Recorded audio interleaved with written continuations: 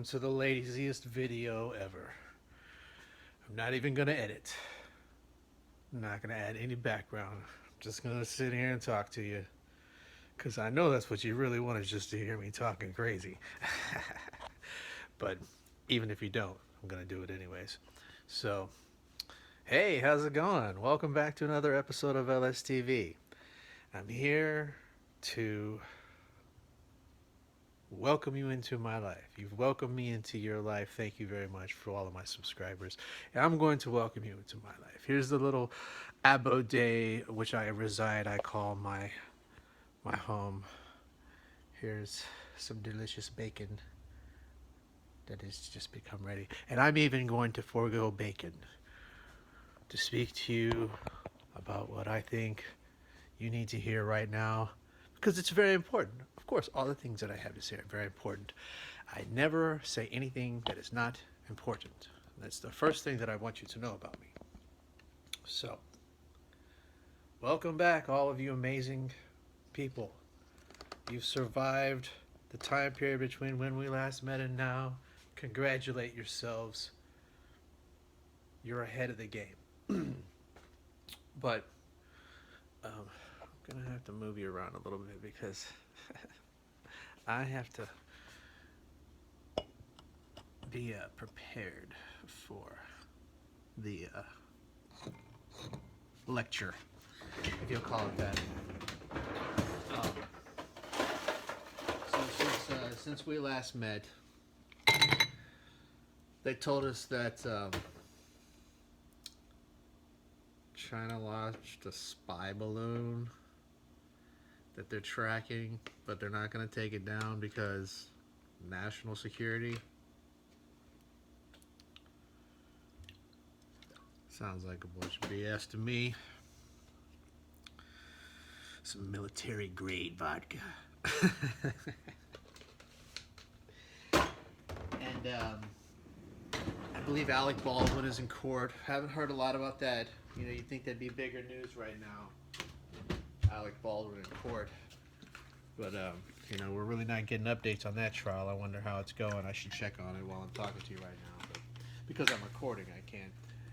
Find another device maybe. But the reason that I got me thinking that I should talk to you today is because I think we're experiencing something somewhat new, something maybe that has not been experienced in this degree before. But that line was almost dead. I needed another squeeze here. So what I'm doing here is giving it a little squeeze. Oh yeah, look at that. Ah, some lime juice.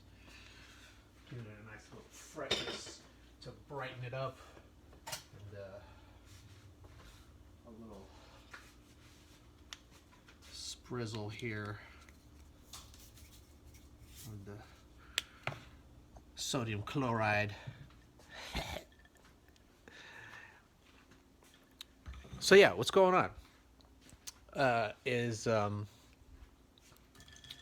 back in 2016, 2015 probably,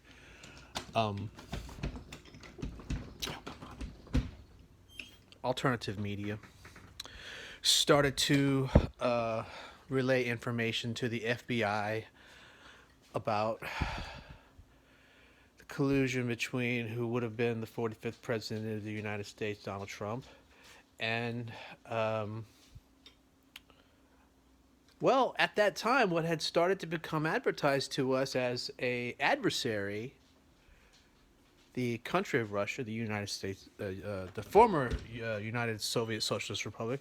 But there's a couple of problems that you have to pick out with that narrative immediately, in that since 1990, since Mr. George Bush Sr.'s famous speech about Mr. Gorbachev, bring down this wall, Russia's been a democratically elected society, much as the Western world would like the entire world to be. So you know, that plea to end the Cold War, which we thought, then there was the economic boom of the '90s that probably had a lot to do with it.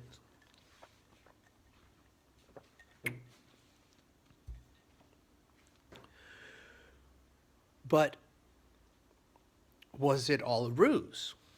Because what immediately transpired was the United States backing out on its promises to help Russia become part of the global economy by reducing its military expansion into what would be considered the borders of modern day Russia through the Minsk Agreement. In fact, uh, it was immediately became apparent that not only did the United States have ideas to moving in on Russian resources and investments around the world, which is free trade capitalistic marketing. That's just part of the game. And in defense of its own industry, Russia has its way of responding to what it considers a threat, which is not um, an uncommon response if that were considered the circumstances. So, what it would seem to be that the messaging they were receiving is trying to convince us that reacting to aggression, or let's say what you may consider self-defense, and we can make examples of this as far as from the attack on infants for abortion and the attack on Second Amendment rights. You can't defend yourself. If you defend yourself, it is a crime. If the AI or the powers that be decided that your form or your life force is somehow impeding the life, liberty, and the pursuit of happiness for others, if somehow the decision makers get involved, say that you're the problem, well, your decision to defend yourself is the problem. And let's go back to this weather balloon crap. China ain't launching no weather balloons. Weather balloons don't make it over the ocean. Okay? Weather balloons have to be launched within a nearby area. So China didn't launch no weather balloons. We ain't defending ourselves against weather balloon spyware. That's the biggest joke of a news story I've ever heard in my life, period.